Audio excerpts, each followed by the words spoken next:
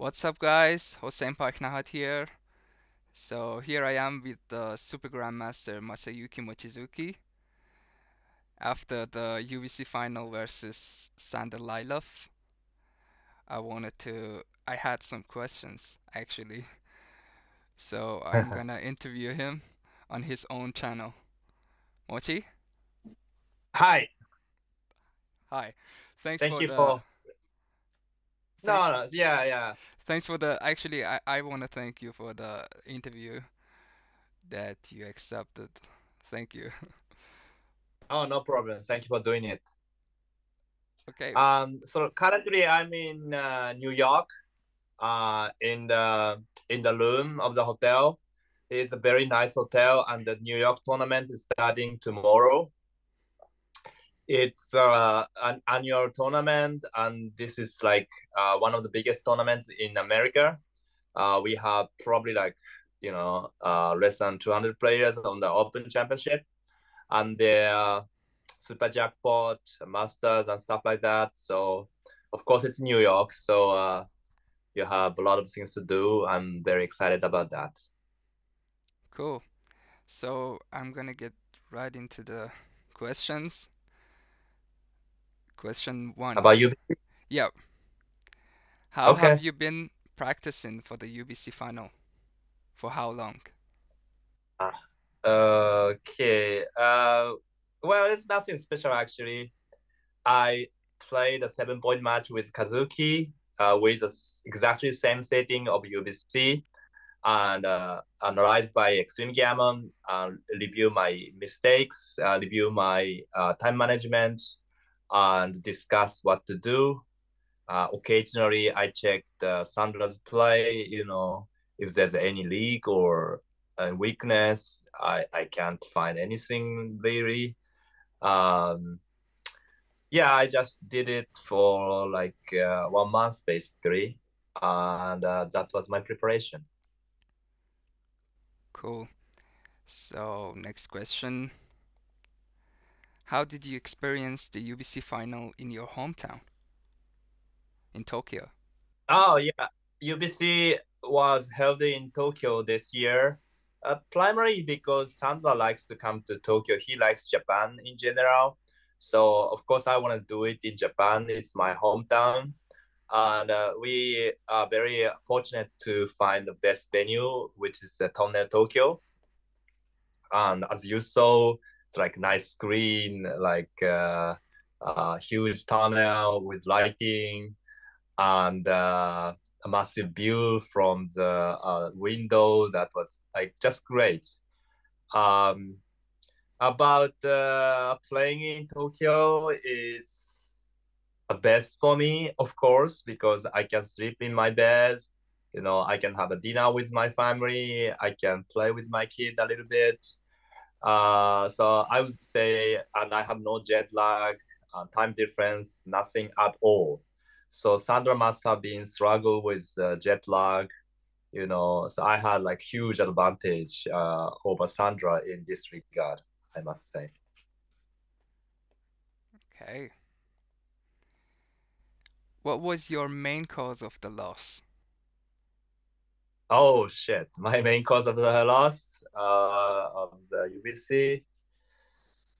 I don't wanna remember, but okay, I lost because I made more mistakes than he did. Because it's obvious. It's not because of luck. It's because I made more mistakes. And why I made more mistakes, why I made mistakes, is that I think many combined reasons. Well, firstly, I the lack of the understanding of the positions. That's main cause. Obviously, there's no excuse. And then, of course, my time management isn't good, and I had some issue with my stamina and fatigue. Um, yeah, some little bit headache, but mainly because I was not good enough. That's my main cause. Okay. So, what is your feeling after the series? Are you disappointed? Yeah, naturally very disappointed. Not because I lost the series, but because of my poor performance over 12 matches. I had basically almost zero match that I was like, okay, I did well. You know what I mean? I play like 3, 4, even higher sometimes. And I only play one PR in one game. If I remember correctly, and not many 2 PRs, only 3 or more is my main result. So I didn't really play well. So I was very disappointed. Um, oh yeah, I gotta say first, I Sander Lylov plays really well. He's a phenomenal player. He, as we saw, he found a play that no one else could find. Some like 6-1, famous banana hit to the ace point, for example. But there's so many others, and he is a very different style of me. We are actually yeah, very different style with me, and this is interesting because I can learn from him, and some of the play, especially my strong point is that I'm pretty good at the position with that can be studied beforehand, you know what I mean? But I'm not so good at the positions that never happened beforehand. So, but he is pretty good at usual positions. So that was a difference, and he prepared it. Okay. Also, he was he wasn't actually trying to get more decisions than yourself. What do you think What about do you mean? that? I mean, in the pair of positions, in the redoubling positions, he didn't try to get more decisions. What do you think Ah, about that? you mean to get the get more decisions so Yeah, that you can lower the PL? yeah, Uh, I don't know. I mean, I do it because this is part of the competition. What can I say? But you know, it's not gonna decide the match anyway. It never does, and it will never will. But it just not do it is simply uh, I do it because no reason not to do it. You know what I yeah, mean? I gain maybe 0.01% winning chance by doing this, or maybe 0.1%. exactly. Uh, yeah, but I don't have any special feeling. Uh, yeah. Okay, okay, cool. So, how did you feel when Sander started drinking at day two, I think? The beer thing. Yeah, Yeah. Not really. I don't feel much about this. So a couple of friends already asked me if I was disturbed or I was bothered because he drinks and he started to talk with me. But it didn't bother me at all. I'm pretty good at ignoring the things during the match. I don't really care if he drinks or he started to talk with me, as long as not too much. You know what I mean? And it wasn't too much. So, and I think Sander plays better after the drink. So for him, beer is good for him. He can probably focus more. Maybe he can relax more. I don't know how it does, but for example, I drink tea or coffee to relax or to focus, and it works for me. And for Sandra, beer works in the same way. That is my analysis, but I don't know. Anyway, this doesn't bother me, or I didn't feel anything about this.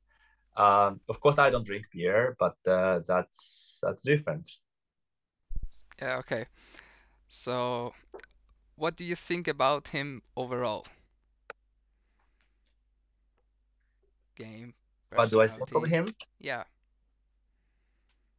Yeah, as I said, he's a phenomenal player. That's crazy. Um, he didn't practice as much as I do, and he doesn't study as much as I do, but he plays better than I do. So what can I say? He's probably naturally talented a little bit. Of course, he studied and practiced a lot in the past, maybe like 15 years ago, and that is his base. And probably last 1 2 years he played contender tournament and world championship. Naturally, he see more games, played some games. That was good enough for him to play 2 point whatever. That was pretty impressive. okay. By the way, you played two games under two, like game 2, 1.85, game 10, 1.9. You thought you Okay. played only one game. So, Yeah, but I mean, I should have played like half the matches play under two. That was my expectation anyway, but it didn't happen. So I okay. keep my shots. uh, okay, one more question from the preparation. Yeah. What was your average PR in the preparation time? It was better than 2.9. That I can say. Yeah, but this is a practice. You know, the real match is much more difficult than practice match because now you're really serious. Now you're probably overthinking, you are maybe a little bit nervous. I don't know how what happened to me, but I didn't play well in the real match. So the average PR in practice match doesn't mean anything. Okay. So the last question, are you going to play in the UBC Contender tournament in Istanbul? Yeah, I do. For sure. I yeah, I do for sure. Well, so I lost UBC, so I lost my title. So this puts me in a new challenge. That's a good thing, actually. Now I have to win contender tournament and then beat Sander to get back my title. Um, I'm pretty happy about this. Kind of. I'm sad because I lost my title, but I'm also happy because this gives me a real hard challenge in 2023. Um, I know how hard it can be. I mean, it is very, very difficult to win a contender tournament. Maybe it's as difficult as to win the final because there are so many good players all over the world come to compete with if I name a few, Zdenek Ziska, of course, maybe Kazuki, maybe Diak, maybe Ryan, so many others, Ali maybe Çetin Erlan. super Excuse good. me? Ali Çetin Yeah, of you course. Yeah, played. yeah, yeah. I don't actually, I don't wanna, I shouldn't Yeah, yeah, name yeah. I mean, players. Always, he's been in of the course, last four for the last year, so yes, yes, I do remember. Of course, Hideaki might come, Michi might come. There are so many others. And of course, Marc Olsen can play yeah. backgammon too. So, yeah, it's exciting to play in that field. But at the same time, if I have to show the result in one tournament, it's very difficult. There's so many variants. You have to be super strong uh, to make sure you say you're gonna win. You know what I mean? So I gotta do my A game, more than A game maybe, to win contender tournament. So that is my new challenge in 2023. Okay, cool.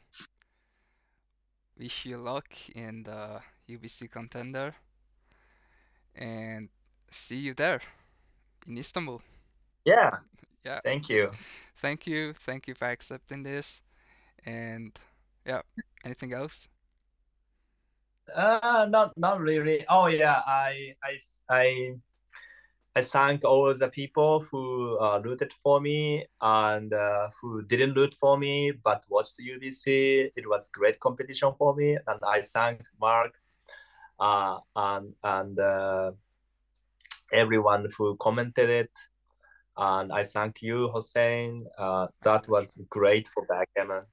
And yeah, here I am. But I this is not the end of the world. I come back and I rise once more. I hope. Cool. Thank you very much. Thank you Thank guys. you. Yeah, thank you. Bye for Thank now. you. Thank you. Bye.